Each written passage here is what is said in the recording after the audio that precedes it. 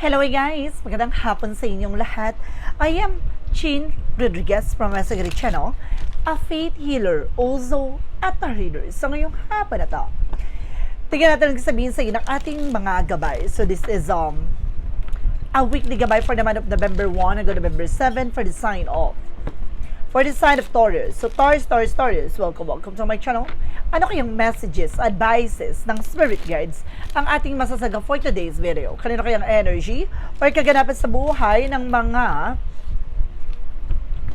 Taurus signs ang ating mga ginap? So guys, this reading is a general reading lamang, hindi lahat makaka-resonate. Kunin lamang po ang makaka-relate sa inyo and comment down below kung kaninong energy ang ating nasaga. And guys, don't forget to like and subscribe my channel and hit the question bell for more videos update. Daragas, maraming salamat po sa mga walang sawang pagsuporta sa aking channel, lalo nang di skip ng ads. Naway pagpalain po kayo ng Diyos at may kapal. Siksik nag-uumapaw na biyayang manumbalik sa inyo. So let's see guys, what is the messages? Advice sa inyo ng ating angel spirit for the sign of Taurus. So let's see and watch this. Ano kaya kaganapan sa buhay ng mga Taurus signs sa ating mga gilap? Tutuklasin at bubulabugin natin. Angel spirit, please give information po. So there's a death card. Now there's a death card represent with an ending and a new beginning. So maaring may bagay na maaring matapos na. Maaring bagay na maaring mawakasan na maaring magdala sa inyo na transformation. Na bagay na maaring ginagabayan ka with your ancestor guides na yumao mong mahal sa buhay. Let's see. And of course, there's a need of something na moving forward. Some of you, bagay na maaring matapos na talaga, na maaring makaka-move on ka na. Makaka-recover ka na sa mga pinagdaanan mo. So that card ngayon linggong to ay maaring panahon na para maka-recover at makalaya at makawala ka na, no, sa mga pinagdaanan mo this past few months, no, this past few weeks, no. Maaring itong linggo na to ay maaaring magdala sa'yo ng pagbangon. Let's see. And there's the lovers, connected with your love life. So maaaring pinapakita dito na makaka-recover ka na rin pagdating sa buhay pag-ibig. Na maaaring may mga pinagdaanan kayo o maaaring meron ditong maaaring na yumaong yung mahal sa buhay, na maaaring asawa mo, ganon, na maaaring sinasabi dito na makaka-recover ka na, unti-unti ka na makaka-move on. And of course, there's a Three of Pentacles for collaboration. Mag-ingat ka sa mga tao na nakakasalamuha mo. Now, there's a lot of communications, transactions na maaring makamit mo at makuha mo. Now, meron ako nasasabi dito, there's something in unity, pagkakaisa. No, at meron din ako nasasabi dito magbebenta ng mga papeles, no? Like properties. May nasasabi ako na may magbebenta ng properties with the Three of Pentacles. And there's a King of Swords. Now, there's a stop the pattern. Puputulin mo na yung magiging papanira or nakakasira sa situations mo. No, maaaring sinasabi dito, kailangan mas maging matalino at maging wise ka na when it comes for decision. No, kailangan mas maging mautak ka na. No, just being weary. Head over heart, kumbaga. And there's a Three of Cups, sa celebration coming in. At may mga celebration din na darating dito. Now, there's an ultimate happiness, nag-uumapaw na kaligayahan. There's a death card, represent with the Five of Cups. So, disappointment. Matatapos na yung mga failure. Matatapos na yung mga panghihinayang. Matatapos na yung pagsisisi. Parang bagay na maaring nagdala sa iyo ng stress, depression. Maaring nagsisisi ka or nanghihinayang ka sa mga bagay na nawala, pero ito na yung katapusan ng panghihinayang mo. Parang muli mong imomotivate yung sarili mo na kaya mo pa, na ilalaban mo pa, the other side, na maaring gaganda na yung takbo ng sitwasyon mo, na tinitignan mo yung brighter future mo, or brighter side, no, kung ano man yung bagay na mangyayari in a good thing, no, in the good way, no. And because there's something guys with the Five of Swords, kasi nagkakaroon ng self-sabotage no, ngayon mas matututo ka na, no, papangalagaan mo na ang mga bagay-bagay para hindi ka namang hinayang or maaring magsisi sa huli, no. Kumbaga, bagay na kailangan mo na pakawalan ng tuluyan yung mga bagay na pinipilit mo panghawakan. So parang sinasabi dito guys na meron ka ng bagay na kailangan dapat i-let go, pero parang pinipilit mo pa yung sarili mo na ilaban. Parang ganon. So there's the lovers connected with the Queen of Swords. Clear the boundaries. Linisin mo yung makakasira sa inyong relationship. Na kung ikaw ay may asawa, may jowa, alisin mo yung mga bagay na magsisilbing balakid sa inyong pagsasama. No, yung nakakasira ng inyong pagsasama. Let's see what is the Three of Pentacles. Reference with the Five of Pentacles. Ito yung sinasabi ko, mag-ingat ka sa mga makakasalamuha mo dahil baka mabudol ka, maloko ka. Na mag-ingat ka sa mga transaction. Meron sa sense din ako dito na maaring there's an investment scam. Mag-ingat po kayo. Baka ma-scam po kayo, no, sa mga bagay na papasukin nyo na may kaugnayan sa pera. Baka masayang ang inyong pera. There's the power for the Pentacles. No, saving money, protectionan nyo at pangalagaan nyo yung grounds nyo and even your territory. Ngayon, mas magiging wise ka na. No, tututukan mo na ang iyong mga negosyo, hanap buhay, trabaho. What is the Three of Cups? Reference with the Ace of Pentacles. Huwag kang mag-alala, mababawi, no? Mababawi siya in the other side, na parang magkakaroon ka dito ng mga social friends, no? Parang maraming mga taong tutulong sa'yo. There's a support, no? It's either yung mga kliyente or customers mo na maaaring dumating, no? At maaaring may mga magandang opportunities pang darating sa buhay mo na mag-uumapaw ang kaligayahan. No, kung may nawala, may babalik, o maaaring may bumalik, or maaaring may bagay na dumating.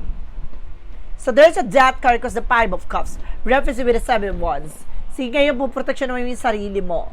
No, parang sinasabi dito na papangalagaan mo na yung sarili mo para hindi na maulit-ulit. No, yung ganung scenario. Now, there's a Eight of Swords. There's a lot of toxic negativities around you. Mas magiging aware ka na, no, sa mga decision mo. No, kailangan mo ng bagay na kailangan ng pakawalan. No, wag mo nang ipilit, wag mo nang balik-balikan. And there's the Lovers and the Queen of Swords. There's the Queen of Cups. And there's a Queen of Pentacles. No, just being maturity pagdating sa love life. No, mas magiging mature ka na. Bubuo na kayo ng mga plano, pangarap yung dalawa na with your person. At the same time, there's a High Priestess. No, there's an unexpected situation. Hindi mo to inaasahan talaga mangyari. Kaya kailangan, bago pa maganap to ngayong linggong to, mag-ingat na kayo. No, there's a High Priestess for something hidden agenda. No, there's a something na parang hindi mo inaakala na itong tao na to'y lolokohin ka. Mag-ingat po kayo. There's the Judgment. Now, with the King of Swords and the Four of Pentacles, there's a judgment. There's something, a wake-up call. Na parang ginising ka na sa katotohanan na you need to pay attention. Mas maging wise ka na. Sa mga bagay na gagawin mo. Sa bagay na pagkakagastusan mo. So, there's something, guys, with the King of Wands, something ambition. Unti-unti mo na rin na daw itong masisilayan. Makikita yung mga posibilidad. Na may kinalaman about sa pera. Parang, kumbaga ngayon, makaka-recover ka na or nakaka-recover ka na unti-unti. Para nakikita mo na kung may nawala at may mga bagay na nasira, nasayang, na tuluyang naglako, pero may bagay na babalik at darating sa'yo na mas malaki pa. For the outcome, there's something that serves to with the sabotage. Na talaga sinabotahe ka, na there's a betrayal, nagsinungaling, tinraidor ka, there's an impostor, niloko ka. So ngayon, mas magiging mature ka na, napaproteksyonan mo na yung sarili, no? And there's a Knight of Swords with a success driven. Mas magiging mabilis ang takbo na situation, no? Kung ile-let go mo na. No, kung bibitawan at papakawalan mo na. There's an Emperor. Not just being mature and being grounded. So ngayon, mas magiging mature ka na pagdating sa relasyon. Magkakaroon ka ng disiplina, respect, no, balance, and there's a Nine of Cups. No, there's a wish fulfillment. So bagay na maaaring matupad din yung mga pangarap mo, hindi man sa ngayon. No, kaya siguro nangyari yan kasi hindi pa para sa'yo. No, kaya kailangan na manalig ka, manampalataya ka, ipagkaloob at magdasal ka na ibigay sa iyo yung mga bagay na para sa iyo talaga. At ilayo ka sa mga tuksoan ng mga pahamakan. No, there requires this something, guys, with the Four of Cups. Na mag-ingat ka sa mga offer na darating. Kung alam mong naguguluhan ka, nangangamba ka, wag mo ituloy. And there's a Knight of Wands for slow and steady. Manatiling kalmado. Wag kang magiging aggressive. This time, kumbaga hindi ka na pala desisyon. Hindi na basta-basta. No, mag-aano ka na ng oras, panahon para mag-desisyon sa mga bagay-bagay. Let's see what is additional messages for finances and career, love life at kalusugan. Let's watch this.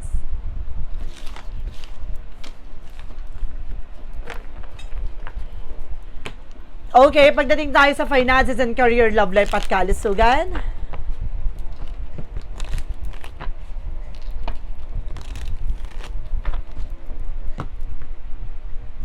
Okay, pagdating sa finances and career, represent with a full card.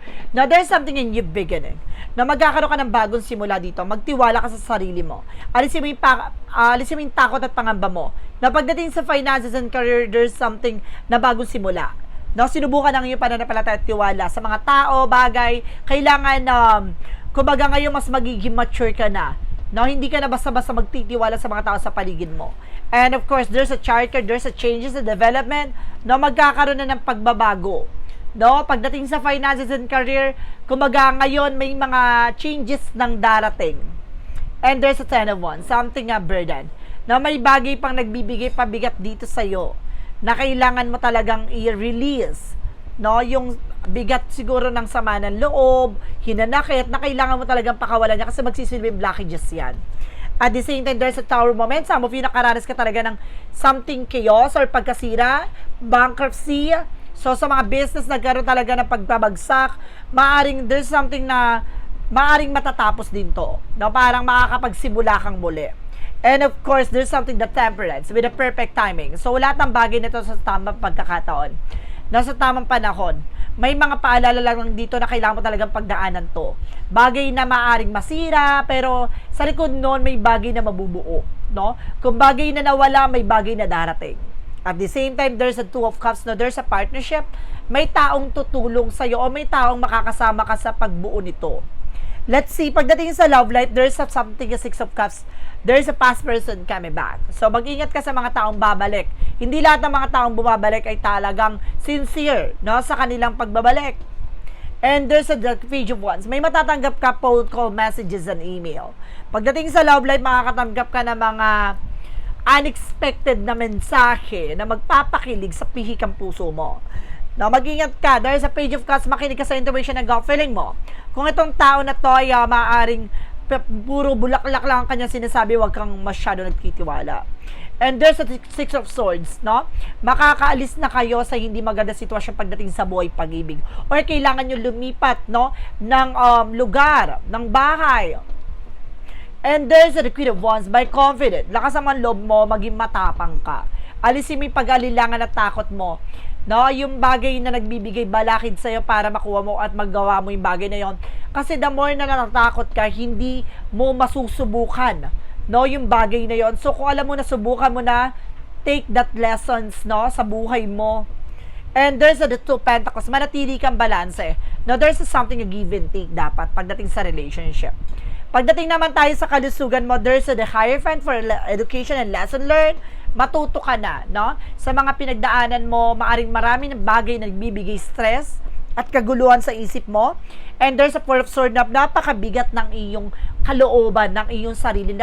Kumbaga, some of you, lagi ka nakakaranas ng parang tutulugin. Lagi kang inaantok. Kasi dahil sa stress yan. And of course, may nasa-sense na ako dito na palipad na hangin, ha? Na parang, kumbaga, lagi mabigat ang pakiramdam mo pagising mo sa umaga. And there's a Knight of Wands. Konting tiyaga. No, na parang naka-bandage yung ulo mo. Na parang talaga sumasakit ang ulo mo. Nahihirapan ka matulog. No, nagkakaroon ka anxieties. And there's an Ace of Cups. No, kumbaga kailangan mahalin mo at talaga mo yung sarili mo dito. Na maaaring mag-uumapaw ang kaligaya at kasiyahan mo dito sa mga darating na linggo. And there's a Six of Wands for victory. Maaaring magiging matagumpay ka. No, magiging magandang kalusugan at kalagayan mo dito. Masusolusyonan mo yung mga pinagdadaanan mo at naranasan mo. Yung bagay na nagbibigay stress sa'yo, masusolusyonan mo lang yan. Now, there's a Two of Swords. Nagkakaroon ka ng indecision. No, nahihirapan ka mag-decision sa mga bagay-bagay. No, gawa ng nai-stress ka pa sa ngayon. So, let's see. What is the magical fair messages advices for you? Let's watch this. Ano kaya kaganapan sa buhay mo? Pagdating sa finances and career, love life at kalusugan. Ay, pagdating sa magical fair messages, advices for you, sorry guys. Tapos na pala doon. What is the magical fair messages, advices? There's a spring. Now, there's a blossoming. Na talaga may pagsibol, may paglago, may pagbukadkad. Na parang ano to na, ito na yung seasonal. Parang seasonal siya na maaring ito yung panahon ng pamumulaklak. No, baka itong linggo na ito maaaring mamulaklak na yung mga bagay na pinaghirapan mo. And there's a goodbye to the old, hello to the new. Tulad na sinasabi ko kanina, na may mga bagay na kailangan mo talagang i-let go. No, yung bagay na nangyari from the past, no, ganun talaga. Kailangan mo tanggapin na there's something, a better part is a new beginning. Talagang magkakaroon ng bagong simula dito. No, kumbaga, wag mo isipin, ano man yung bagay na nangyari, ang pinakamaganda dito, yung mga mangyayari sa isa hinaharap. Na may bagong simula, na may bagong eksena darating. And there's a trust, no? Magtiwala ka with a divine timing. Sa lahat ng mga bagay na to, nasa tamang panahon at tamang pagkakataon talaga. No? And there's a message and dream. No? Lahat ng bagay nito dinadaan sa mensahe sa panaginip mo at mga bagay na matutupad na yung mga pangarap mo. And there's a freedom, so makakalaya ka na talaga at makakawala ka na sa mga lungkot, mga pinagdaanan mo, at maraming opportunities pang darating sa buhay mo dito. Ang dami-dami. Now, let's see what is the synchronicities represent what. For synchronicities, represent with the persistence. So, kailangan lang magpatuloy ka sa ginagawa mo. Hindi pwedeng urong-sulong. Kailangan consistent ka sa ginagawa mo at may pagtsatsaga ka dyan. And there's a father figure na maaring ginagabayan ka ng yumao mo sa buhay, no, na tatay, lolo. There's a father figure. Now, let's see what is the romance angel for a Mystic Love Oracle deck. And there's something, a shapeshifter mimicking. So, meron dito nagbabalat kayo. Mag-ingat ka sa mga nagbabalat kayo. Now, sa mga tao nagpapanggap na magaling siya magpaikot. And there's a silence. Na maging tahimik ka sa mga plano mo. There's a no contact. No, meron ditong, kumbaga, meron ditong magkarelasyon na naghihiwalay na walang contact sa isa't isa. Archangel Michael messages. Energy healing works. So talaga, 'di ba? Nag-work talaga pag naghi-healing ka na, no? Kumbaga nasa process ka for healing. Talagang lahat ng bagay na 'to ay maaaring maayos at maging maganda na ang resulta. What is the Jesus loving quote said? Your heavenly Father know that you have need all of this. Alam ng ating Panginoon lahat ng mga bagay na hinihingi mo ay kailangan mo. Kumbaga lahat ng bagay na yun ipagkakaloob sa iyo ayon sa kalooban ng Diyos. Matuto kang kumalma. What is an angel's number? The angel's number represent, guys, with 1515. Hold your vision. Focus on the goal and maintain your concentration on the outcomes you desire. It's time to put your faith and time into your ideas and pursue your goals. And what with all your might, you have such a beautiful, courageous, and brave spirit. Napangawakan mo naman yung bagay na nakikita mo. Na ibig sabihin magpatuloy ka dito, alisin mo yung takot at pangamba, maging matapang kang harapin to, mag-focus ka sa ginagawa mo, at yung mga bagay na to, ano man yung bagay na gusto mo mangyari, makukuha mo siya. Na kailangan mo lang talagang magtiwala sa lahat ng bagay na to, sa buhay mo, sa sitwasyon mo. The more na nilalaban mo, the more na magtatagumpay ka. Let's see what is the Money Move Oracle deck. Represent, guys, with an independence. Don't depend on others. So, see, pagdating sa finances, kailangan matuto tayong tumayo sa sariling paa natin. No? Maaaring magkaroon ka ng sariling disposisyon. No? Huwag kang dumidepende sa ibang tao. Na pagdating sa finances, dapat alam mo kung paano mo i-grow or paano ka mag-grow bilang isang tao. Now, what is the shadow work represent what?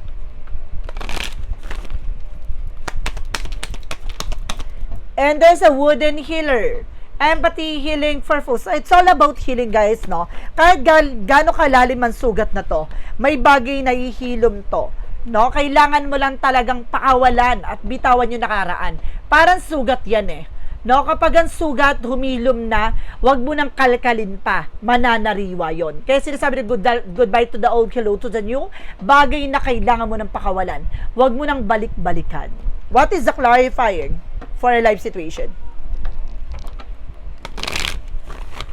There is a clarifying for a life situation represent, guys, with quiet moment.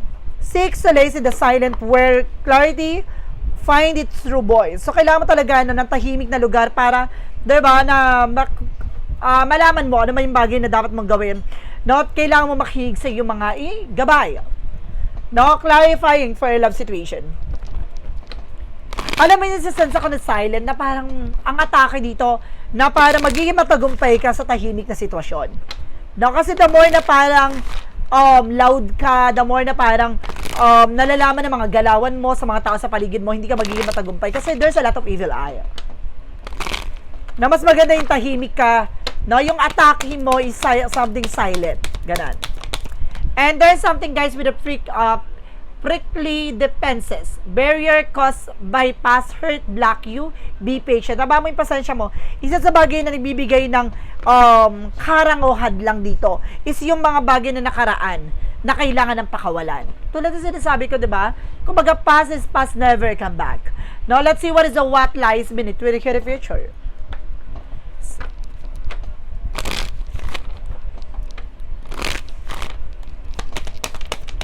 And there is a falling apart, falling into pieces. No, kumbaga may mga bagay dito kung para sa'yo, no? Ibibigay ito in the right time, the right place. No, once na unti-unti na nabubuo, the more na makikita mo na yung magandang resulta.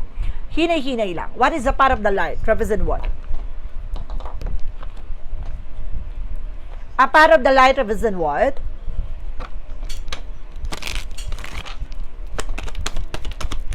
Represent with energetic action. I focus on my heart and take meaningful action. In the present moment, for things I cannot change, I release them, placing my trust into God's plan. In surrendering, I find peace and empowerment. So, kumbaga sinasabi dito na, kumbaga focus ka raw sa ano ba talaga nilalaman ng puso mo, ano ba talaga yung gusto mong mangyari sa buhay mo. No, wag mong kimkimin yung galit at puot sa puso mo, kailangan mo pakawalan to. Kasi the more na parang may bagay kang hindi pa napapakawalan sa nakaraan, hindi ka magiging matagumpay sa hinaharap. So, let's see what is the additional messages with a yes or no pick a card. Let's watch this. Ano pa yung magiging sagot sa tanong mo? So guys, kung bago ka sa channel ko, ang pick a card, yes or no, pwede ka magtanong. Isang tanong, isang sagot. Napipili ka na magiging tanong mo, mag-iisip ka ng tanong mo at pipili ka na magiging sagot within 1, 2, or 3. Kapag nakapag-isip ka ng tanong at nakapili ka na number na magiging sagot sa tanong mo, please comment down below. So guys, maraming salamat po sa mga solid subscribers. Sa mga hindi pa nakaka-subscribe, please subscribe nyo na po yung click nyo yung subscribe button dyan and hit the notification bell for all para updated kayo sa mga videos natin every single day. At the same time, kung hindi ka pa nakaka-follow sa aking bagong FB page, follow muna ako para malaman natin na makita nyo yung mga hanash natin sa eksena na yon. Na parang maging updated kayo sa mga videos na i-upload din natin dito sa YouTube. Now, let's see. What is the pick a card, yes or no? Let's start with the number 1. There is a no. Storm to violent shelter needed. So, kung kailangan mong humanap ng isang lugar kung saan ka magiging ligtas at komportable. No, kailangan na umalis ka sa sitwasyon na alam mong alanganin ka. No, wag mo ipagpilitan yung sarili mo dyan. Number 2. Now, there's a yes. Tulad na sinasabi ko, finding star first, blast bursting out of the seam. So, ito yung panahon na sisibol. No? There's a seasonal na baka ito na yung linggo ng paglago. No? Or mamumukad ka dan, mamumulaklak na ang mga pinaghirapan mo. Number 3, there is a yes. Your dreams take flight fluttering around busy. So, ibig sabihin nito din magdadala sa pagtupad ng mga pangarap mo, mas matayog at mas mataas ang iyong mga bagay na mararating sa buhay mo. Kumapit ka. So, guys, this is a weekly gabay for the month of November 1 hanggang November 7 for the sign of Taurus. So, Taurus, maraming salamat for this wonderful reading. So, once again, this reading is a general reading lamang, hindi lahat makaka-resonate. Kunin lamang po makaka-relate sa inyo and comment down below kung kaninong energy ang ating nasa. Because don't forget to like and subscribe my channel and hit the notification bell for more videos update ko. Maraming salamat po sa mga walang sawang pagsuporta sa aking channel. Lalong-lalo nang dirigil-skip ng ads away pagpalain kayo ng Diyos at may kapal. Siksik digdig umapo na biyayang manang balik sa inyo at maraming salamat po. See you next video. Bye-bye and babush.